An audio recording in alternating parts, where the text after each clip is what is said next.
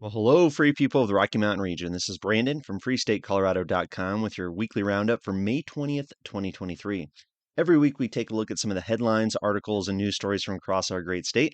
So pour yourself a cup of coffee and let's see what's been going on. First article I want to talk about is an issue we've been seeing, a kind of a reoccurring issue that's going to affect every single property owner, renter, pretty much everybody in the state of Colorado, and that is the skyrocketing property tax. Now, the governor and the state legislature have completely failed to address this issue, waiting to the very last days of the legislative session to ram through a ridiculous proposal to steal our tax refund money for minor property tax relief. And of course, they expect us to celebrate this wonderful plan that they have. But here at CompleteColorado.com, we have a different side of the story. So, page 2, CompleteColorado.com, May 19th, 2023, Sherry Fife. Governor Polis property tax plan faces legal challenge. Questions around measure piling up. Denver. The bill that has caused conflict with the ballot numbering through the Secretary of State's office still has more questions than answers, including whether the bill violates Colorado's single subject law, whether the ballot language is clear, and even how long citizens have to challenge a referred measure. Senate Bill 23-303, Governor Jared Polis's rushed property tax plan that will ask voters to sacrifice taxpayers' Bill of Rights TABOR refunds in the name of property tax relief took just 7 days to go from introduction in the Colorado Senate to final passage on the House floor. Now, for those of you who don't follow what happens at the state legislature every year, 7 days from a bill to be introduced to actually be passing final passage, going through 2 chambers, multiple committees. I mean, it's absolutely outrageous. There's no time for debate. There's no time for discussion. And how is the public supposed to have input when this bill really hasn't been out there circulating for people to learn about, to read? The initiative that SB 303 places on the ballot is now being challenged in Denver District Court after Advance Colorado filed an opposition on Wednesday, citing several issues. Well, it's great to see Advance Colorado doing the great work here. Quote, "We think it violates the single subject rule," said Michael Fields, president of Advance Colorado. "It's taking away TABOR. It talks about property tax relief. It puts money toward renters, and it changes the TABOR formula permanently. That all can't be done on the same measure. If as citizens we brought this to the title board, we'd be laughed out of the title board. Legislators should have to abide by the same laws." Completely accurate there. This measure does so many things, does not really allow for the public to follow the same rules. Fields is also challenging the ballot title language, which promises property tax reduction but doesn't say how. It doesn't give rates. It doesn't point out that this is TABOR money. It doesn't point out that the state can't keep this money, Fields said. It's very unclear what people would be voting on. Fields said the language in the bill causes many problems. More questions and answers. So this article in Complete Colorado continues talking about the ballot measure's name. It's kind of silly that the state legislature decided to kind of overstep their bounds, tell the Secretary of State what this ballot measure should be called. Doesn't seem like they got it right. They got the title wrong.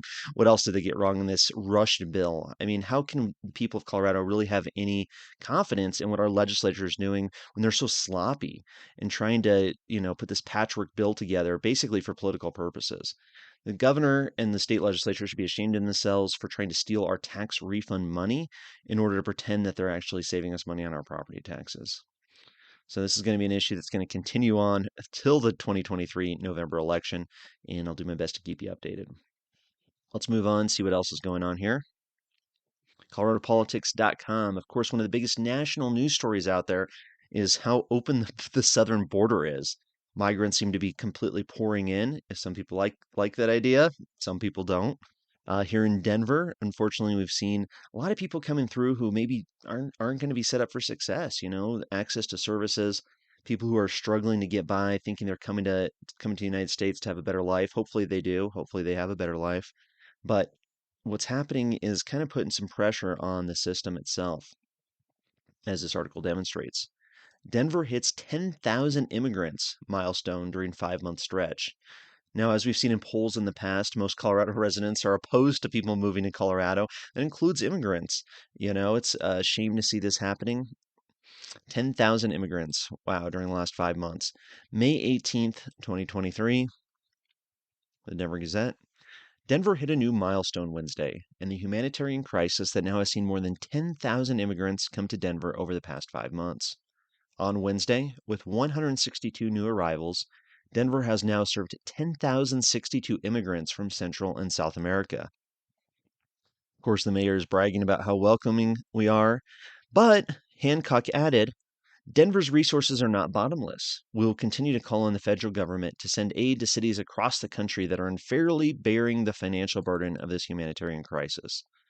Well, now somebody should ask the mayor, Mayor Michael Hancock, why are immigrants coming to Denver? Why are they being shipped up from Texas and other places?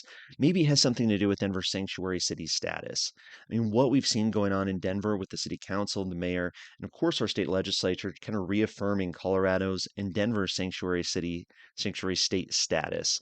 So, of course, where are these people going to go? They're going to go to the places where they're not going to be deported, where they're being welcomed, as the mayor said. I mean, talking out both sides of your mouth, right? As the Denver says, Denver's welcoming. However, maybe we are being unfair by having all these people coming. While advocates say immigrants have been arriving since last fall, it only hit the radar of city officials in early December, when a group of nearly 100 people were dropped off downtown at Union Station. 5 shelters are housing more than 1,000 immigrants. Wow, the majority from Venezuela. The Common Sense Institute, putting out some great data, a nonpartisan Colorado research organization, released an analysis Wednesday that examined the fiscal impact of the recent influx of immigrants in Denver. Averaging 218 immigrants a day, the number coming to the Mile High City in the days leading up to Title 42 expiring with the end of federal COVID-19 emergency declaration was 10 times greater than in March and April. So, wow, people are coming in at a greater rate. Not all the news articles are going to tell you those facts. Among some of the key findings from this Common Sense Institute report, in the days between May 4th and May 15th, the immigrant surge will have brought the total response cost to an estimated $18.2 and $19.2 million. Denver could spend an additional $18 million to $23 million for the remainder of 2023 if 50 individuals come each day for the rest of the year. While it's unclear whether the spending will cut into other budgeted priorities, Denver could deplete its contingency funds within the next few months. Wow. As of last week, the city had spent roughly $16 million on their response. So, very, very interesting to see this happening. Of course, having sanctuary city policies does have consequences. As much as the mayor and others want to complain, they've really invited this to happen. Pretty interesting to see the costs associated with all of this as well. The idea that, the city government spending $20 million nearly, over $20 million, for the rest of the year for these issues when Colorado's already facing such a homeless crisis. I mean, if you go downtown Denver, go to, near the Lodo area, Coors Field, even Capitol Hill, you'll see Tent City. I mean, there's trash everywhere. A lot of people down there living on the streets, and that $20 million, is not enough. It's not enough for all these people out there who are struggling just to get by. So this influx of immigrants, I can only imagine, would make things a lot worse in terms of the homeless and other situations down there where people just don't have a place to go. Well, let's move on. See what's going on in Colorado schools.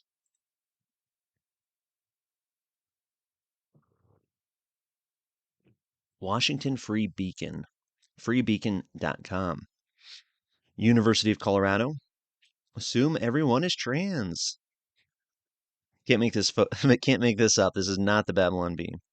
Usually, it's safe to use they, them, theirs, unless that person tells you otherwise. Look at this wonderfully diverse and proud group of social justice people here at Colorado University.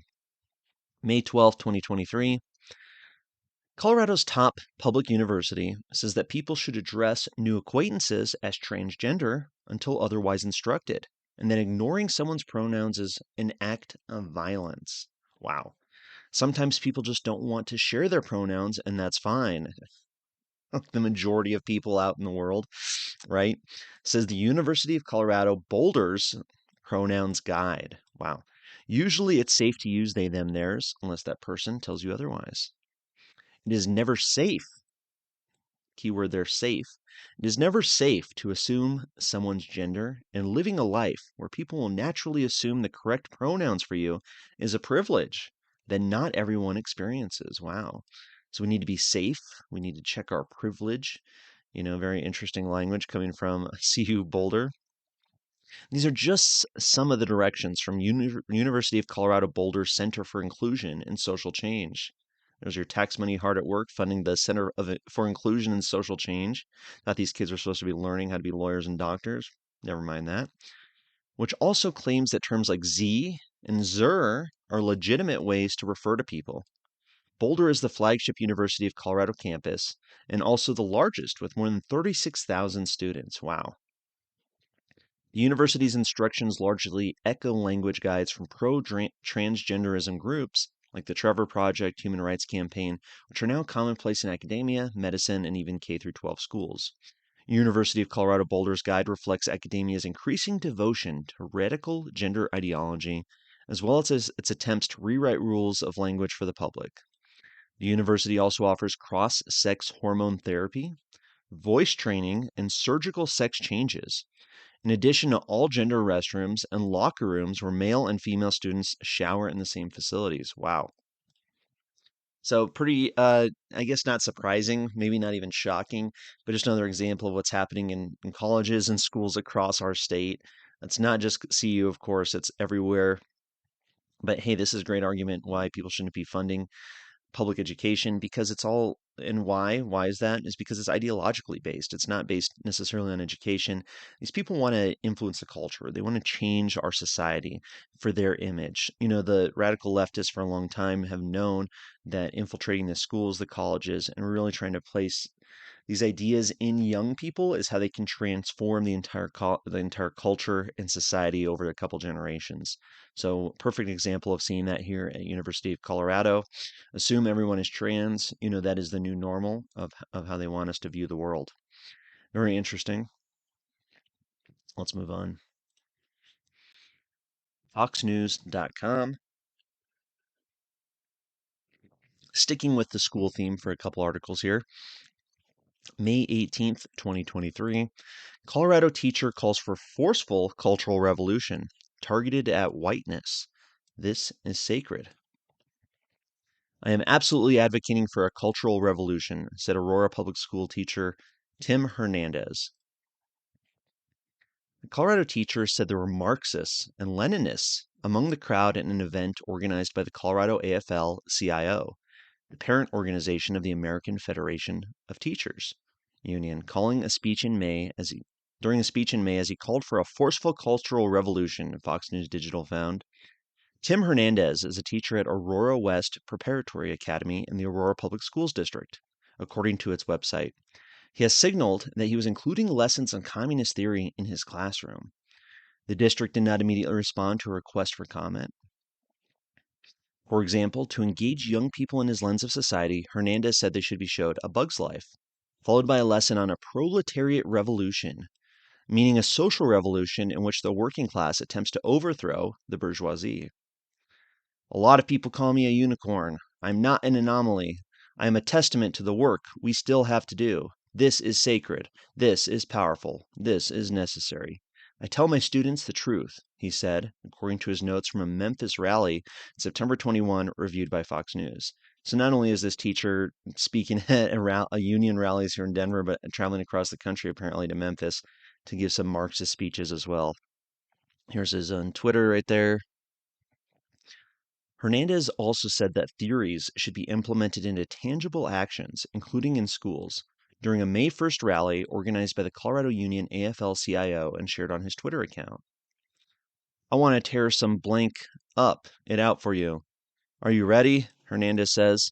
What I think is happening in our schools, what I think is showing up in my classroom is a lot of things that we got into ideological circles up here. We like to compete. Who knows Marx better? Who knows these things better? Who's a Leninist? Listen, all right, I'll give you a real take on this, bleep. Kids don't care, he said. Well, let's hope they don't care. Yes, it's important to know theory. This is Hernandez continuing. But you have to do some practices. You have to get out into the streets. You have to get into your workplace. You have to go to your families. If we were just sitting, talking in an ideological circle, our kids are still going to schools that are underfunded, where they're investing more in their failure than in their successes. Your communist theory will not save you. The revolution will happen in the hood. It will not be led by who understands Lenin best. It will not be led by the deepest Marxist. The revolution will be led by the people. And I say all of this because I'm a teacher. Wow.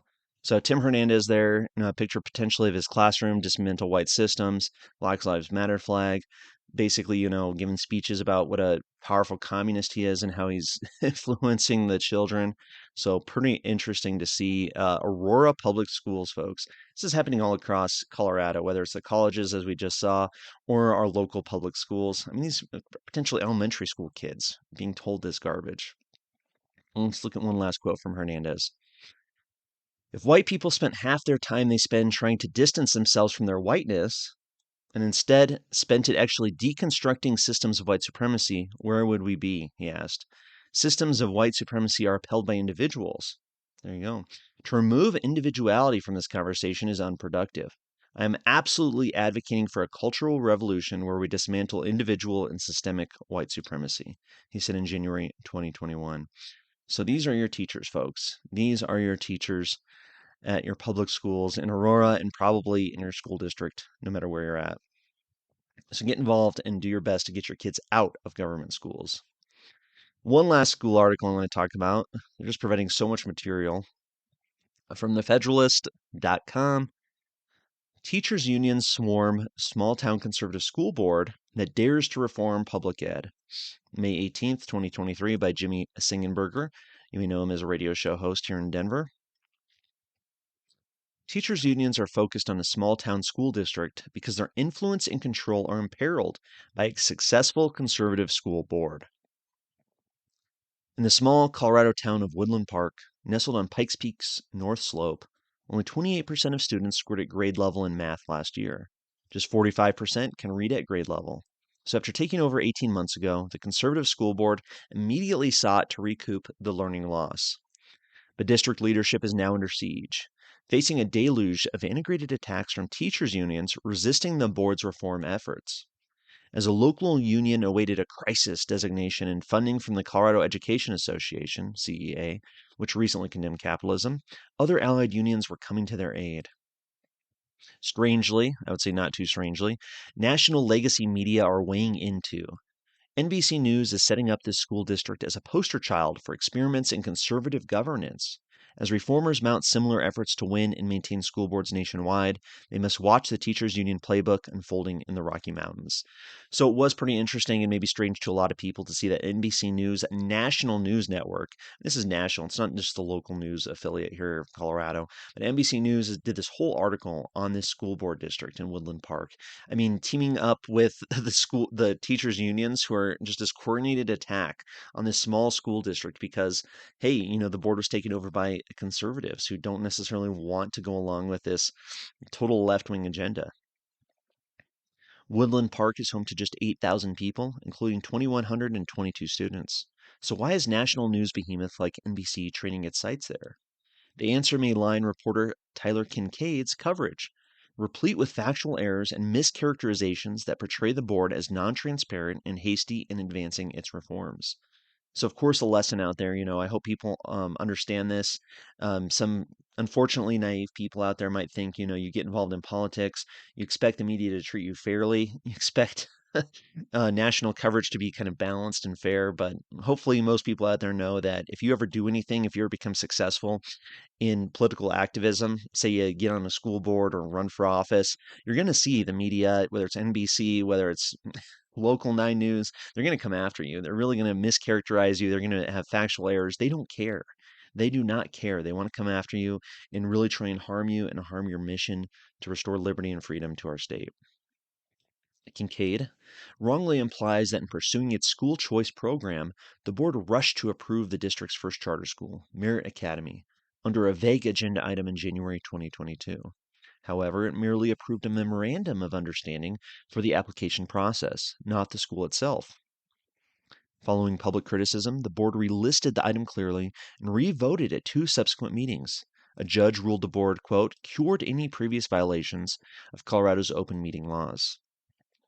Vice President David Illingworth supported Merit Academy, noting on Jimmy Singenberger's 710 KNUS radio show it was his #1 campaign issue. Still, the board took great measures over 5 months to vet the proposal, hosting some 15 meetings and town halls before approving it. NBC News excluded these facts and that Merit Academy drives the district's 16% enrollment increase, wow, bucking Colorado's downward public school enrollment trend. So, of course, the article goes on to demonstrate some of the other factual errors, some of the problems with the reporting of the NBC News article, and pretty interesting to see national news media, along with teachers' unions, have this coordinated attack on a small town conservative school board. So, this is what happens when you stand up to the left wing teachers' unions and this whole agenda that we've seen in other instances in previous articles. Well, that's enough on schools for this week, I'd say. Let's take a look at what's going on in our capital in terms of our guns. So, pretty strange here to see this, of course, not too surprising. The total left wing 9 News, nearly a front organization for Democratic policymakers, but Mom's Group takes on gun reform, plans to ask the governor to ban guns. Here for the Kids is a post pandemic movement that started with a Zoom call, but it's not child's play. Their mission is simple: ban guns. Gosh, this is absolutely ridiculous. Alexandria Lewis, May 6th, 2023, updated May 5th. Somehow updated the day before, but anyways. Let's take a look at this article, see if we can stomach it for too long here. See if I'm able to make it a little bit bigger. Not really. All right, well, guns are the #1 killer of children in this country. False. And a group of Denver moms is banding together to change that by asking the governor to make a bold move and ban guns in Colorado. The group is set on accomplishing something unprecedented. Here for the Kids. How can you be against Here for the Kids? Come on. Said their movement isn't a push for gun reform, it's a push for a changed America. It's not a push for gun reform. They don't want to reform our gun laws. They don't want gun safety, quote unquote, gun safety legislation. They want to ban guns. They want to take away your ability to defend yourself and your family. The moms recently gathered with their kids in a Park Hill home to make signs to protest gun violence. One of the kids making a sign asked, "How do you spell dying?" Well, if you're in the public schools, you might not know. On June 5th, Here for the Kids hopes a group of 25,000 will come together for a sit-in at the state capitol. They plan to demand the governor sign their drafted executive order. Absolutely insane. The executive order is asking Governor Jared Polis to ban all guns and implement a buyback program. So these people are bold, right? It's not about, like I said, it's not about gun safety legislation. It's not about trying to make guns safe or protect kids. They want to ban all guns and implement a forced buyback program. That's gun confiscation. I mean, these people are out in the public. I don't know that they have 25,000 people supporting them, but they sure hope so. The group's vision is grand, even daunting. How does a group of mothers think they can get the governor to take executive action on gun? Do they actually think it could work? Banning guns in the centennial state? Yeah, we get that a lot, said Bloom, as she laughed at the question. I hear that it sounds out there. It sounds out there to me still, but I'm deep in the work, which helps. And I really believe with every fiber of my being that this is something we can do. These people are absolutely and utterly insane. And take this as a lesson, right? We've seen here in Colorado gun control fail this year in terms of at least the assault weapons ban, right? Some other terrible anti-gun laws that are already being sued and already being stopped in the courts, or at least fought in the courts, passed in our state legislature. But they're not going to stop, people. You know, for those of you who want to sit on the sidelines, who want to let the political process play out, relying on the Supreme Court and others to fight for your rights, these people are not going to stop. You cannot sit on the sidelines. You have to get involved. You have to get engaged with what's going on politically because these people have money, they have organization, and they're going to keep trying. They're going to keep trying to take your guns away. They're going to keep trying to influence the culture. Slowly but surely, they're going to do everything in their power to strip you of your Second Amendment rights. So stand up, speak out, get involved now. You don't, I hate to say that, but you don't have a choice. If you care about your freedom, if you care about your liberty, you don't have a choice but to get involved because these people are not going to stop. Well, let's move on to another article here. TheGazette.com column. Trouble in Paradise for Polis, John Caldara. May 14th, 2023. In the days of the Colorado legislative session, I see something I have never seen in the last 5 years. A couple of spectacular fumbles by our otherwise politically flawless governor. I'm talking ESPN highlights of the week, kind of fumbles from a guy that normally plays like Tom Brady. When I say flawless, I don't mean he is implementing good policy or leading the state in the right direction or running state government as an effective chief operating officer. I can't mean that because he has ushered in the most dangerous and devastating policies and political changes in Colorado history, which, if left unchanged, will inevitably bankrupt this once liberty-loving state. I mean flawless in terms of being a slick politician, remaining high in approval polls, and keeping his sycophantic media with him like a rich lady keeps a shih tzu in her carry-along purse. No one should underestimate how politically savvy Jared Polis is, how quick on his feet he is, how quickly he can change his speech to masterfully sound like he is a genuine member of whatever group he is talking with, and therefore make that group feel like he is working on their behalf, and how much money he has to spend to get whatever end he wishes. So even for a casual political observer, it was surprising that the last week of the legislative session was the most publicly bungled, disorganized, schizophrenic, rudderless week of his governorship. The most impressive fumble was the mishandling of his much-anticipated, much-ballyhooed, here I come to save the day, property tax relief bill. The governor had 2 years to take the lead on how to handle the massive, massive tax bills that are rolling our way now that his legislature conned voters to repeal the Gallagher Amendment. But in the very opposite of leadership, he waited until 8 days before the end of the session to drop a shell game of a bill that was too cute by half. Senate Bill 303 merely stole our TABOR refunds from our right pocket and put them into our left pocket, relabeled as a tiny bit of property tax relief, with the real cost being losing our TABOR refunds forever and ever in just a couple of years. Property tax issues are complex. Hell, a governor can usually count on most legislators not understanding the issue. How surprised he must have been when the media he thought he had a leash on started realizing it wasn't going to solve their own property tax problems. So Caldara goes on here, but a pretty good article here talking about how terrible lack of leadership that Polis has displayed and how his little lackeys in the legislature really don't have any clue what they're doing either. Let's move on. A couple more articles for you. Editorial from the DenverGazette.com, Extreme Unchecked Power Poisoned the General Assembly. So kind of a little bit of a recap on what happened here in our state legislature. May 14th, 2023. Let's not celebrate Colorado's 2023 General Assembly, which symbolizes another weird session controlled by doctrinaire, left-wing demagogues with nothing to keep them in check. The legislature adjourned last week, and a few examples of systemic failure include legislators gift-wrapping tax refunds required by the Colorado Constitution's Taxpayer Bill of Rights as a hedge against looming spikes in property taxes. They passed more climate laws, doing nothing to ease the pain of consumers who can't afford the state's futile war on global warming. They enacted gun control, neglecting the substantive means of protecting children from guns. They obstructed reproductive rights under the guise of expanding them. A handful of positives merit mention, but represent a small percent of the legislator's work.